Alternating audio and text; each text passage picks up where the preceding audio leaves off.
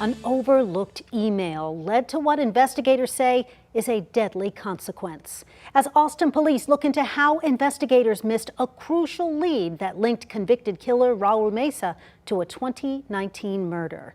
They're now focusing on a communication breakdown between a crime lab and police. The KVUE Defenders have been tracking the investigation into the lapse that spanned 3 years and, according to police, allowed Mesa to kill again.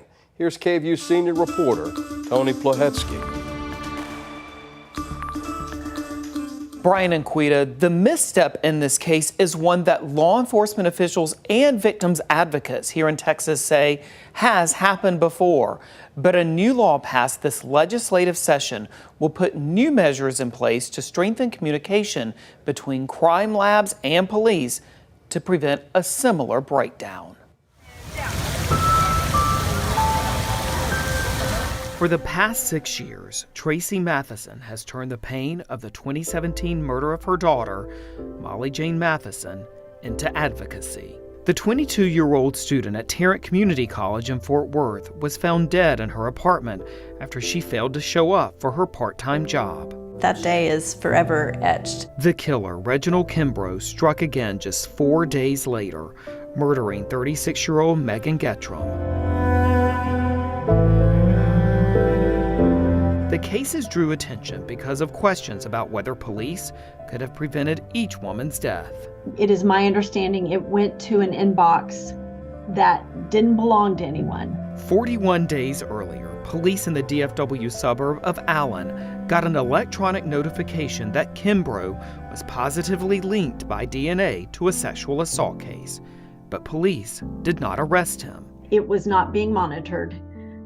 It was not received by whomever should have received it. And so it sat unread, and Molly was killed 41 days later. What happened in that DFW case bears similarities to the case of Raul Mesa in Austin. Staff at the Texas Department of Public Safety sent the Austin Police Homicide Unit notification on June 5, 2020, that it had found Mesa's DNA on the body of 65-year-old Gloria Lofton, discovered dead in her home the prior year.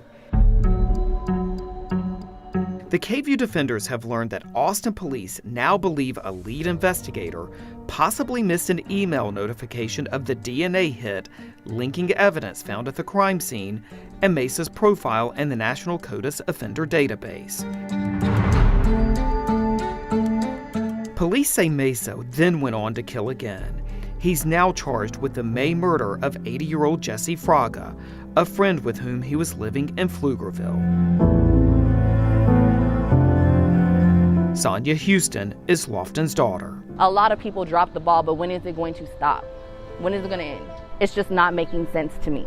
DPS officials say at the time of Lofton's death, crime lab staff used either a phone call or an email to alert investigators, a process filled with potential pitfalls that lawmakers sought to fix this session. Chambers County Sheriff Brian Hawthorne, who represents the State Sheriff's Association at the legislature, urged lawmakers to pass the measure. And many times, depending upon the type of case it is, it could be a cold case or an older case, and that investigator has either promoted, moved on, retired, terminated, and that email falls on dead air, dead space. Under the new Texas law, which takes effect September 1st, labs must notify investigators in writing within 30 days of, quote, any verified match that identifies a suspect or offender. The law also requires that within 5 business days, a law enforcement agency, quote, shall acknowledge receipt of the notification. You could have a very active hot lead that could be preventing a crime or stopping further crimes if you were able to move forward. Tracy Matheson took the proposal to shore up communication gaps to State Representative Craig Goldman, whose district includes her home. Goldman authored the legislation. When the CODIS hit happens, you need to follow the trail and figure out how to get the evidence so you can make the case. A DNA trail that police did not follow fast enough before her own daughter's murder, bringing grief she hopes no other family must ever endure. We reached out to the Allen Police Department, which has never given a full explanation of what happened in Molly Jane Matheson's case.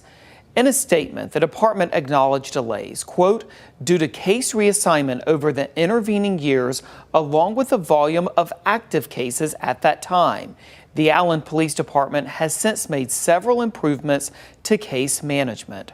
Austin police have not said when they may have a final report about the possible communication lapse that delayed action in the Mesa case. For the KVUE Defenders, I'm Tony Plahetsky.